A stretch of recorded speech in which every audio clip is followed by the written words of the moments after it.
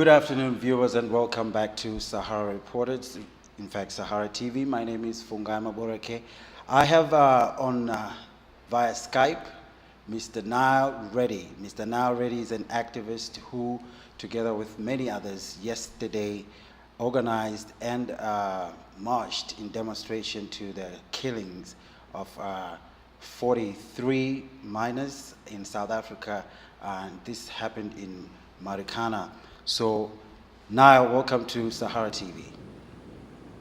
Thank you for having me. Okay, now, Niall, basically, can you give us a brief rundown of the developments, what happened? We know that there's been a standoff in terms of this strike where these miners were demanding an increase in their wages, and the South African police eventually this week responded by using live bullets and obviously killing quite a lot of them and injuring quite a number of them as well. So can you briefly tell us in your own words what happened? That's right. Yesterday, police opened fire on a demonstration that at that point was about just over 3,000 striking miners, the largest platinum mine in the world, in northwest province of Marikana. 36 miners were killed, about 78 were injured. That brought the total dead over a space of about a month-long labor disputes to 45. Before that, 3 miners, a couple security guards, and 2 police officers had been killed in clashes between private security firms hired by Lonmin, this large platinum company, and in infighting between rival union factions.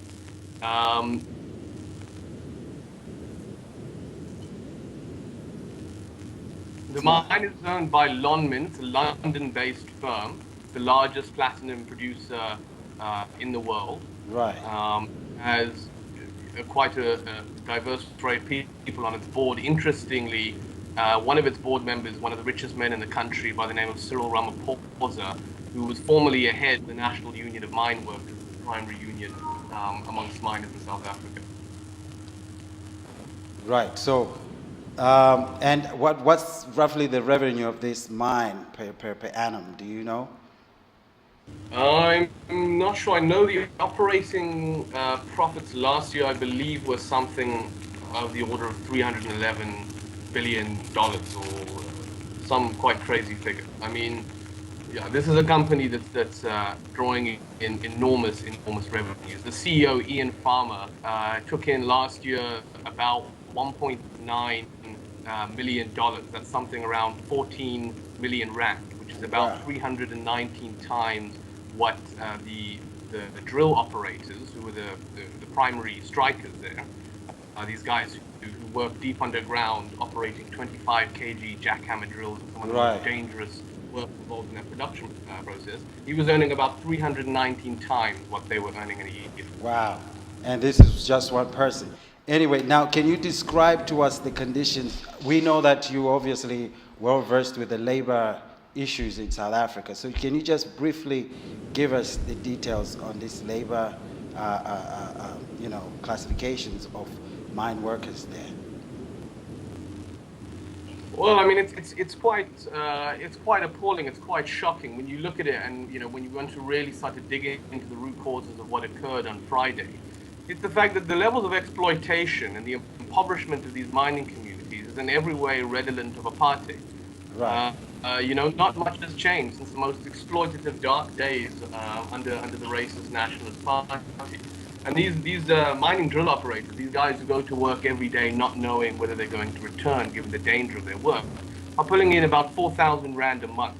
And they're relatively well paid compared to other workers on those mines. That's, it's about, what are we looking at, $600, something of that around?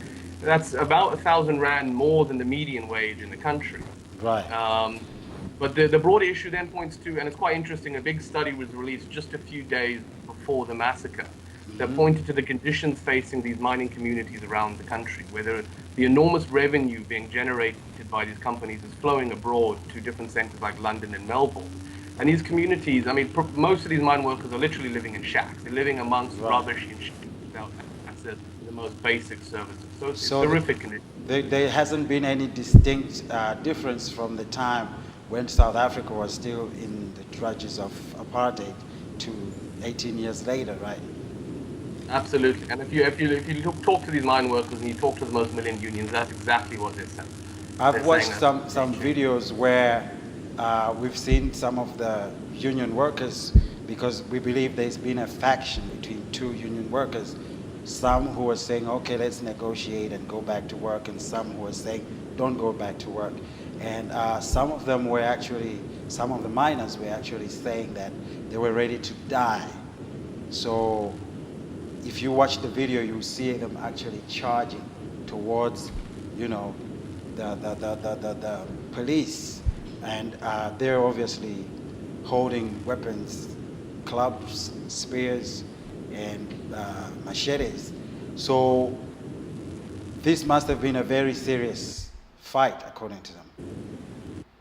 Absolutely. I mean, the first thing to say is that that video footage, it's a very selective clip that's primarily been shown in international media. If you look at the longer version, what it shows, I mean, it's very contested. It's not clear at this point, but it doesn't look like the miners were actually charging. It looked like they were effectively corralled by the police using tanks and razor wires, and were in fact trying to escape when they were gunned down in the horrific fashion that you've seen. But yeah, so the mainstream media has primarily tried to lay the blame for what happened on these infighting between unions. And there have been these conflicts. The traditional union, the National Union of Mine Workers, one of the biggest in the country, commanded 350,000 workers, has largely been seen to be failing the rank and file of the platinum mine workers. Right. Have been seen to be putting their own political ends and the ends of their own union bureaucrats ahead of the interests and the demands of workers. And so there's been long-standing disputes in which you've had a rival union, the Association of Manufacturing and Construction Union, managing to come in and gain a large share of the workforce in these mines. And they've been a lot more militant about the demand. They've really taken up the demands of these rock drillers and some of the most exploited sections. Now, what has been the response from the government? Because I know that President Jacob Zuma was attending a summit somewhere in Mozambique, and he had to return home to respond to this. What was his response? And do you feel like they're making excuses, trying to protect the police? What was the response to this? Yeah, I think he was in Zimbabwe at the time, and then instead of flying directly home as he should have done in the event of a national tragedy like this, he even went via Mozambique. And he mouthed the usual platitudes that we expect from these politicians. He regretted the violences, and he gave condolences to the families. But, like the rest of the political establishment, they really haven't bothered to try and explicate the roots of what happened and actually look into the desperate situation facing mines. And look into the interests that are vested in this in a way. Not just big mining firms, but politicians that are closely interlinked are profiteering hugely off this. And then also to question immediately the absolutely excessive repressive nature of the police response. I mean, we have to question, why did the police suddenly decide on this day that they were going to break the strike? Why did they completely militarize that zone? They were in there with thousands of police officers, tanks, automatic weapons, firing with live ammunition. This is a national disaster, and the president so far has, just like the rest of his ministers, have so far just given, platitudes that haven't. I mean, we should have seen a resignation of the police minister at least by now. Yeah, I know that this is part of what you guys were demonstrating, were marching in support for these miners yesterday. And what you were basically calling for was the resignation. The Priory will have a relevant level of autonomy and independence, and will also be participated in by civil society, and not just something that's going to rubber stamp what actually occurred on Friday. So. Okay, now part of your message in your march that you guys had yesterday was calling for the resignation of the Minister of Police, actually. And can you hear me? I think we keep getting. Yeah. Can you hear me? Yeah, okay. Yeah. Thank you. So anyway, have you sent any direct message to the Minister of Police as an organization? Handed in yesterday, I believe, did call for the resignation. I mean, we must say this was just a sort of flash response to what occurred. It was just called by independent activists. It wasn't conducted under any particular movement or coalition of movements. But there will be meetings in the coming weeks, and we hope to bring together a wide layer of civil society groups, community movements, unions, to formulate an effective response to what happened, and to make sure those responsible are given the blame and suffer the consequences. Okay, now I want us to go back in the times of apartheid, and I'm sure you'd obviously recall that there were similar attacks by the police on demonstrating population, and in certain circumstances, even school kids were shot with live bullets. But in certain number of times, because South Africa experienced a lot of demonstration, the police used rubber bullets, the police used tear gas, and the police would use water cannons. And from the footage, we see that these people are actually in the boondocks, somewhere in the bushes. They're not in an urban setting where you feel like they might destroy property, they might act uncivil, and might even get other people hurt. They're actually somewhere in the locations of these mines where it puzzles everybody who's watching, and to a point, a certain degree, makes them very mad, like why the police then responded by firing live bullets. Do you think that there was an order made to do that, or it was a sporadic, random response that might have occurred? It's difficult to speculate at this point. I mean, whether it was a sort of deliberate collaboration between police and mining bosses, and there have been allegations to that effect, or whether it was something more of an institutional or a structural nature, in which the police kind of in ways acknowledge the fact that their role, and it's actually interesting if you listen to an interview given by the police spokesman last night on Al Jazeera, he made some quite candid comments that one way or another seemed to reflect there's this attitude that the police's role was the kind of, I mean, he used the term restore order repeatedly. Now, whether that really means, break the strike and get production started as soon as possible. I mean, it's the whole period of the labor dispute, Gunman's share price was in complete free. So they would have been very interested in doing whatever they can to have broken the resolve of the strikers and to have gotten production started almost immediately. But then, it also speaks to a much sort of deeper animosity that existed between police and workers that goes down in just, to the nature of what a police force is. It's there to regulate the social reproduction. It's there to make sure that, the different classes stay in their different class roles, And so there's a long-standing violence between police and between militant workers, and 2 police had been killed in the lead-up to what happened on Friday, along with a number of workers. So there's that long-standing animosity. I mean, you hear the phrase cultural violence bandied around by the media very, very often, and it's generally meant to refer supposedly to the cultural violence amongst the workers' movement. But cultural violence actually goes a lot deeper than that. The cultural violence in the first place is instigated by the system of exploitation, in which you have these incredible haves, Ian Farmer taking home $2 million, and have-nots who work under backbreaking, horribly exploitative conditions, and who inevitably try to demand a fair share and have to be controlled if that system of profit is to remain in place. Okay, so after the protest march that you guys had in support of the miners, is there any other bigger events that you're planning for the near future?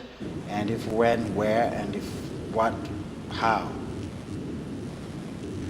So there'll be no major events on the cards yet, but there are a series of public meetings this week. We've got one on our campus on Wednesday. We're having a bunch of people come and talk to us to try and provide a sort of antidote to the partiality of much of the coverage so far, which is, again, like I said, focused just on the unions and try to take the issue out of its full social and historical context. But inevitably, we hope to see a sort of coalition arising out of this and a campaign to ensure that something like this doesn't occur in the future, to rebuild worker unity on the mines, and to do what we can to effect a sort of much more just redistribution in these mining communities that are suffering such terrible deprivation, while some people profit so excessively.